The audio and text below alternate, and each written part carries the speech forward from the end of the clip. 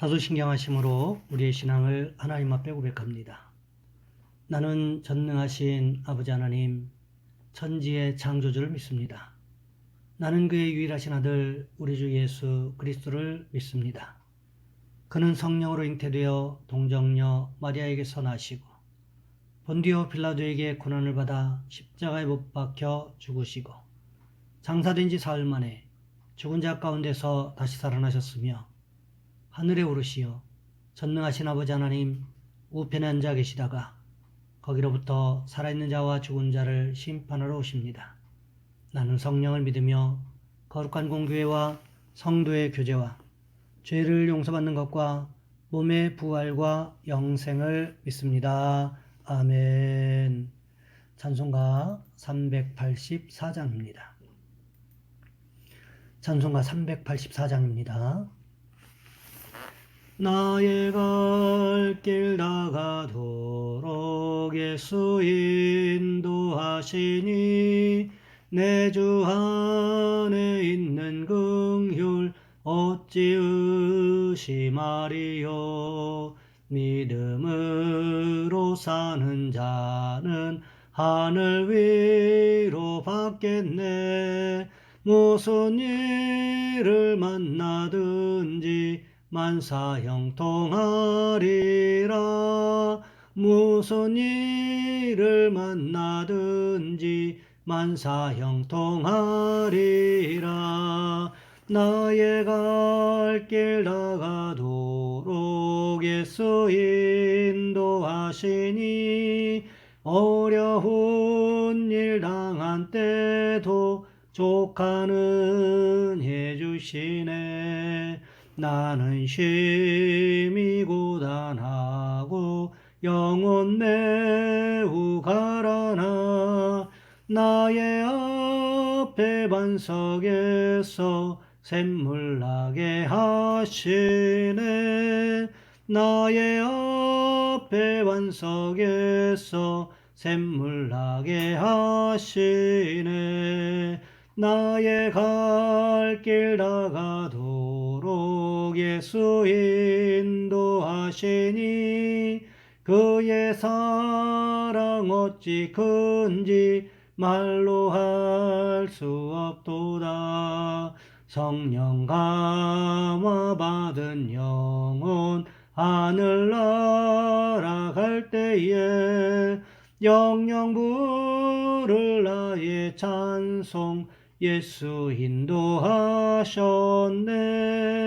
영영 부를 나의 찬송 예수 인도하셨네. 아멘. 오늘 말씀 열왕기상 5장에서 보겠습니다. 열왕기상 5장 13절로 18절까지 말씀입니다. 제가 가진 성경은 구약성경 519쪽에 있습니다. 제가 봉독해 드립니다.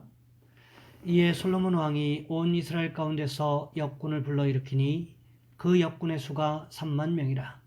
솔로몬이 그들을 한 달에 10,000명씩 번갈아 레바논으로 보내매 그들이 한 달은 레바논에 있고 두 달은 집에 있으며 아도니람은 감독이 되었고 솔로몬에게 또 짐꾼이 7만 명이요 산에서 돌을 뜨는 자가 8만 명이며 이 외에 그 사역을 감독하는 관리가 3,300명이라. 그들이 일하는 백성을 거느렸더라. 이에 왕이 명령을 내려 크고 귀한 돌을 떠다가 다듬어서 성전의 기초석으로 놓게 하며 솔로몬의 건축자와 히람의 건축자와 그발 사람이 그 돌을 다듬고 성전을 건축하기 위하여 제목들과 돌들을 갖추니라. 아멘. 오늘 본문의 말씀을 가지고 성전 건축의 지혜라는 제목으로 함께 말씀을 살펴보겠습니다. 노예 해방이라는 위대한 업적을 남긴 아브라함 링컨의 이야기 한 토막입니다. 그의 아버지는 제화공이었습니다. 귀족들은 신분이 낮은 제화공 아들이 대통령에 당선된 것이 못마땅했습니다. 그래서 약점 찾기에 혈안이 돼 있었습니다. 링컨이 취임 연설을 하기 위해 의회에 도착했을 때 한 늙은 의원이 비아냥거렸습니다. 링컨 씨, 당신의 아버지는 한때 내 구두를 만드는 사람이었어. 이곳에 있는 의원들 중 상당수가 당신의 아버지가 만든 구두를 신고 있어. 그런 형편없는 신분으로 대통령에 당선된 사람은 아무도 없을 거야. 링컨은 불의의 공격에 조금도 불쾌한 감정을 나타내지 않았습니다.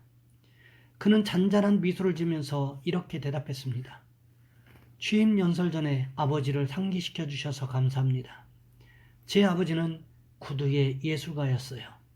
혹시 아버지가 만든 구두에 문제가 생기면 내게 즉시 말씀해 주십시오. 제가 잘 수선해 드리지요.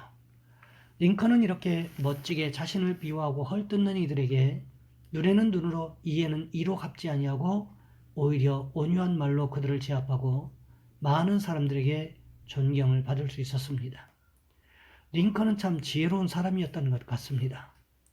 말 한마디에 천냥빚 갚는다가 아니라 말 한마디에 차비를 번 경우가 그에게 있었습니다. 링컨이 경제적으로 어려운 시절이었던 어느 겨울날, 몰아친 강추위로 꽁꽁 얼어붙은 거리에서 링컨이 지나가는 마차를 세우고 이렇게 말했습니다. 저 부탁이지만 가시는 길에 제 이 외투를 스프링필드까지 갖다 주시겠습니까? 마부는 외투를 벗어들고 배달을 부탁하는 링컨에게 그럼 이 추위에 외투를 그곳까지 배달하면 당신은 추워서 어쩌려고? 그때 링컨은 그러면 이 외투에 저를 싸서 거기까지 갖다 주시면 안 되겠습니까? 이런 재치 있는 말로 마차를 얻어 탔다고 합니다. 오늘 본문에 보시면 솔로몬의 지혜를 엿볼 수가 있습니다. 오늘 본문에는 정확하게 나타나 있지 않지만 열왕기상 19장 말씀에 보시면 이스라엘 백성들에게 부과한 부역과 가나안 사람 즉 노예들에게 부과한 부역의 강도가 달랐다는 것입니다. 이스라엘 백성들에게는 레바논에서 벌목하는 일을 돕는 비교적 저강도에 노동시켰다면 가나안 사람 즉 노예들에게는 짐꾼으로서의 부역과 산에서 돌을 뜨는 비교적 중강도의 노동을 시켰다는 거지요. 이것이 솔로몬의 지혜였다고 말씀드렸습니다. 그것뿐만이 아닙니다. 이스라엘 땅에 없는 백향목과 잣나무 목재는 레바논에서 벌목해서 수운해 왔지만 성전의 기초석으로 쓰는 돌들은 다 예루살렘 지하에서 다 깎아서 가지고 왔다는 거지요. 지금도 예루살렘에 가면 지하에 커다란 공간들이 있는데 그곳이 바로 솔로몬 시대에 돌을 떠낸 장소라고 말하고 있습니다. 이 돌들에 대해서 성경은 어떻게 기록하고 있습니까? 오늘 보면 17절 말씀해 보시면 귀한 돌이라고 기록하고 있습니다. 이것은 최고 품질의 돌을 가리켜 말하는 것입니다. 최고 품질의 돌이었기 때문에 정이나 망치를 사용한 것이 아니었습니다. 열왕기상 7장 9절과 10절 말씀해 보시면 이렇게 기록하고 있습니다. 이 집들은 안팎을 모두 귀하고 다듬은 돌로 지었으니 크기대로 톱으로 켠 것이라. 그 초석에서 처마까지와 외면에서 큰 틀에 이르기까지 다 그러하니 그 초석은 귀하고 큰 돌 곧 10규빗 되는 돌과 8규빗 되는 돌이라. 크기도 여간 큰 것이 아니었습니다. 규빗이라고 하는 것은 사람의 팔꿈치에서부터 손가락 중지 끝까지의 길이를 말합니다. 평균적으로 45cm 정도를 말하고 있습니다. 그러니까 10규빗이라고 하는 것은 4m 50cm를 이야기하는 것이고요. 8규빗이라고 하는 것은 3m 60cm를 이야기하고 있는 것입니다. 이 돌들이 얼마나 큰 것인지에 대해서 이해가 되실 것입니다. 이렇게 크고 귀한 들을 가져다가 어디에 썼습니까? 오늘 본문 17절 말씀에 보시면 이렇게 기록하고 있습니다. 이에 왕이 명령을 내려 크고 귀한 돌을 떠다가 다듬어서 성전의 기초석으로 놓게 하며 이렇게 귀하고 큰 돌을 가져다가 어디에 사용했습니까? 성전의 기초석으로 사용했다는 거지요. 왜 그럴까요? 모든 건물은 기초가 튼튼해야 오래 사용할 수 있기 때문에 그렇습니다. 아무리 겉모습이 튼튼하다고 할지라도 기초가 튼튼하지 못하면 아무 소용이 없다는 거지요. 이스라엘 땅은 건기와 우기가 확연하게 구분이 됩니다. 건기라고 해서 물이 흘러가는 와디에다가 집을 지으면 어떻게 될까요?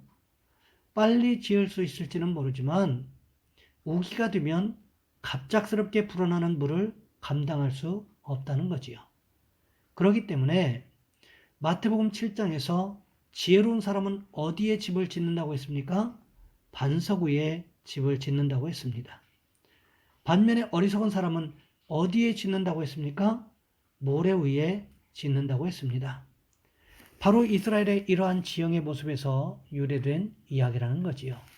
우리로 이야기하면 홍수가 잘 나는 하천변에 집을 짓는 것은 어리석은 사람이 하는 행동이라는 거지요. 마찬가지라는 것입니다. 큰 건물에는 그 건물을 떠받쳐 줄 만한 그 무게를 견딜 만한 기초석이 필요한데 솔로몬은 성전의 기초석으로 어떤 돌을 썼습니까? 최고의 품질을 가지고 있는 커다란 돌들을 떠다가 다듬어서 사용했다고 성경은 기록하고 있다는 것입니다. 이것은 곧 솔로몬이 건축에도 조예가 있었음을 이야기하고 있습니다. 그런데 이것을 솔로몬이 직접 했습니까? 그렇지 않습니다. 이스라엘 백성들 가운데 감독관을 세워서 이 모든 일들을 처리할 수 있도록 했다는 거지요. 그것뿐만이 아닙니다. 오늘 본문 18절 말씀에 보시면 이렇게 기록하고 있습니다. 솔로몬의 건축자와 히람의 건축자와 그발 사람이 그 돌을 다듬고 성전을 건축하기 위하여 제목과 돌들을 갖추니라. 솔로몬의 건축자와 히람의 건축자는 어떤 사람이었습니까? 솔로몬의 건축자는 돌을 뜨는 사람들, 히람의 건축자는 벌목하는 사람들이었다는 거지요. 그렇다면 그발 사람은 누구입니까? 그발은 두로와 인접한 베니게 해안 지역에 살았던 사람들을 가리킵니다. 이곳은 헬라 시대에는 비블로스라고 명명된 곳이었는데 이곳은 무역과 조선업의 중심지였습니다. 그래서 유능한 해양 선원들과 건축 기술자들을 많이 보유하고 있었습니다. 이렇게 유능한 해양 선원들이 왜 필요했을까요? 두로왕 히람이 레바논에서 벌목한 백향목과 잣나무 목재를 바다로 수운해 오기 위해서 이런 해양 선원들이 반드시 필요했다는 거지요. 뿐만 아니라 목재만 가져오면 무엇하겠습니까? 아무리 최고급 석재를 가져오면 무엇하겠습니까? 이것들을 사용해서 성전을 지어야 되는 것 아니겠습니까? 그렇기 때문에 누가 필요했다는 것입니까? 바로 건축 기술이 뛰어난 그발 사람들이 필요했다는 거지요. 이렇게 솔로몬이 두로왕 히람과 협정을 맺은 목적인 성전 건축 준비가 지혜롭게 잘 마무리되었음을 보여주고 있습니다.